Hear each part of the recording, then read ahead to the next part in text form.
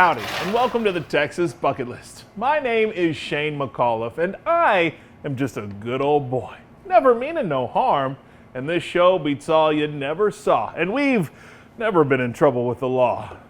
If you couldn't tell, we are big fans of Waylon Jennings, and when we found ourselves in his hometown of Littlefield, well, we had to stop by a little liquor store named Waymores.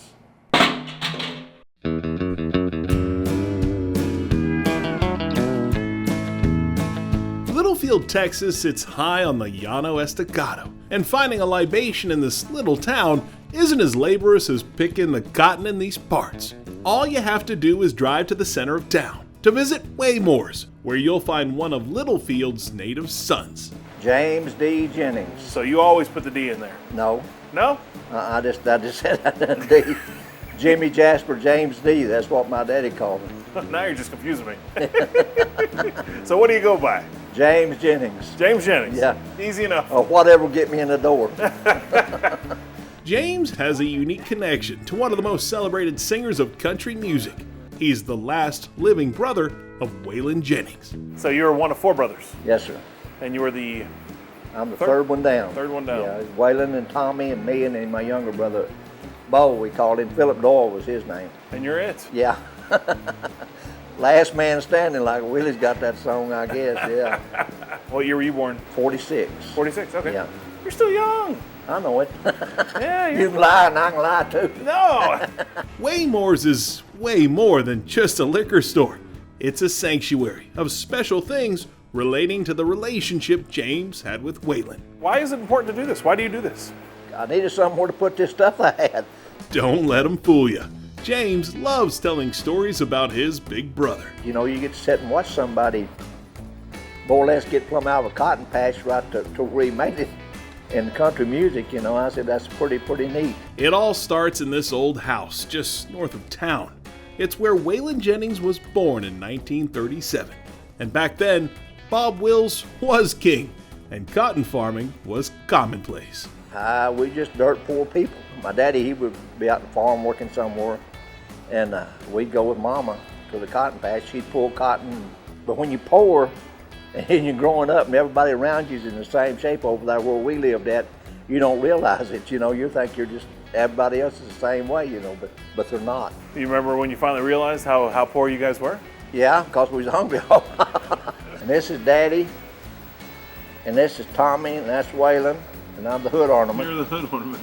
And see them guns right there? Yes, sir. That's what they got for Christmas. Mom and Daddy got them a Kodak, saved her money up, and she took that picture, but that was on Christmas Day. Oh, wow. By the time James came around, Waylon was already playing guitar. At the age of 12, he had his own local radio show and would play with anybody, anywhere he could. Anybody that was involved in music that could about halfway keep beat, well, he had them as a band member, you know. Hard to find band members in Littlefield. Yeah, time, yeah. The early memories of Waylon's career in country music makes James feel like a kid again. But when talking about the 70s and 80s, when James was able to experience life with Waylon, that's when things got interesting. It's 1,056 miles from here to Nashville, I can tell you.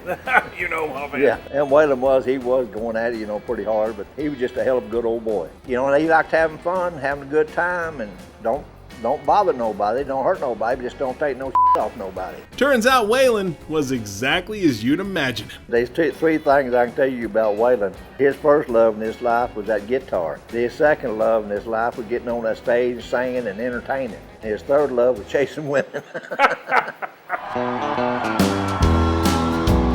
Then there were the Highwaymen. You got your money's worth out of that show, I promise you. I can imagine. And you actually got to go to the show in Vegas? Yeah.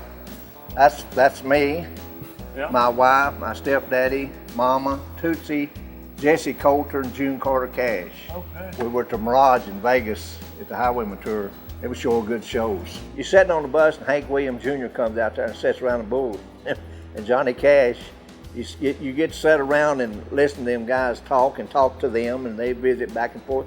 And every one of them that I ever met were just good old boys, you know. Most of them are, well, I don't think it's quite as poor as we were maybe, but they were brought up on red beans and fried taters just like we was, you know. And they know what it's like, and they're just good old boys, you know, that's got the talent to sing. God gave it to a few. He didn't give it to all of us. He definitely picked a select few up here in He Texas. sure did. Willie's still going strong. There ain't nothing wrong, Willie. He'll be 106 doing this. I mean, Whiskey River, take my mind. Lukenbach, how's that rank on your list of songs? Waylon didn't care for that song. Really? No, but some other group had done it, and they brought it to Waylon, and I never did ask him why. Yeah. But anyway, he said he listened to it. He said, I didn't care that much for it. He said, but I knew it was a hit. Before you know it, you're talking about all the hits and the show that started your Saturday morning. The Dukes of Hazzard. I remember growing up with that. Oh yeah, I get gobs of people come in here talking about their Dukes of Hazzard car and getting in front of the TV and playing Dukes of Hazzard, jumping and everything with it. Oh yeah, just a good old boy. Yeah, you are. Never meaning no harm. Beats all you never saw, been in trouble with the law since the day they was born. Making their way the only way they know how. That's just a little bit more than the law will allow. Makes me feel like I'm for again. Got your Dukes of Hazzard car, and here we go. It's amazing because you hear songs like that, it just puts a smile on your face. It's like, it's not the same as the music today about driving your truck and going down to the river with your honey. A little different. Getting a chance to hear firsthand accounts of what life was like for the Jennings and all the music legends they got to live life with makes Waymore's liquor store a lively stop on the Texas bucket list. So do people come here for more liquor, or do they come here to see the museum? We have a lot for this. Well, we sell a lot of liquor. Sir, I could listen to you all day. You must get tired of telling these stories over and over, sure. Well, I probably, I guess they're all the same still. I don't know why hell if somebody come back and told me one I told 10 years ago, it may be a whole different deal. Well, thank you for sharing it with us. Yeah, We you're really welcome. I appreciate it, you coming by. Yes, Y'all sir. nice people. Thank you so much.